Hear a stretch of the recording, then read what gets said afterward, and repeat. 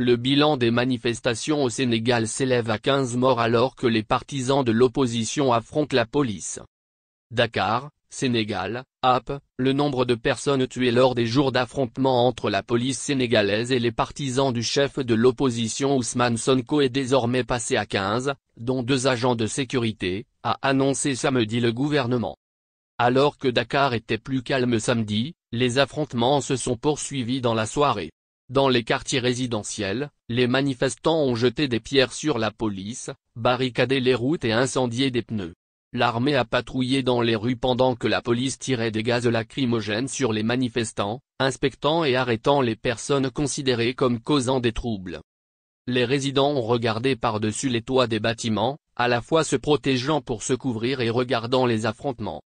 Les affrontements ont éclaté pour la première fois jeudi, après que Sonko a été reconnu coupable de corruption de jeunes mais acquitté des accusations de viol d'une femme qui travaillait dans un salon de massage et de menaces de mort contre elle.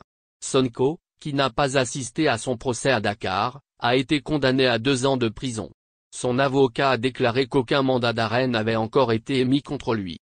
Sonko est arrivé 3e à l'élection présidentielle sénégalaise de 2019 et est populaire auprès de la jeunesse du pays. Ses partisans soutiennent que ces problèmes juridiques font partie d'un effort du gouvernement pour faire dérailler sa candidature à l'élection présidentielle de 2024. Sonko est considéré comme le principal concurrent du président Macky Sall et a exhorté Sall à déclarer publiquement qu'il ne briguera pas un 3e mandat. La communauté internationale a appelé le gouvernement sénégalais à résoudre les tensions. Le ministère français de l'Europe et des Affaires étrangères s'est dit extrêmement préoccupé par la violence et a appelé à une résolution de cette crise, dans le respect de la longue tradition démocratique du Sénégal. Des groupes de défense des droits ont condamné la répression gouvernementale, qui comprend des arrestations arbitraires et des restrictions sur les réseaux sociaux.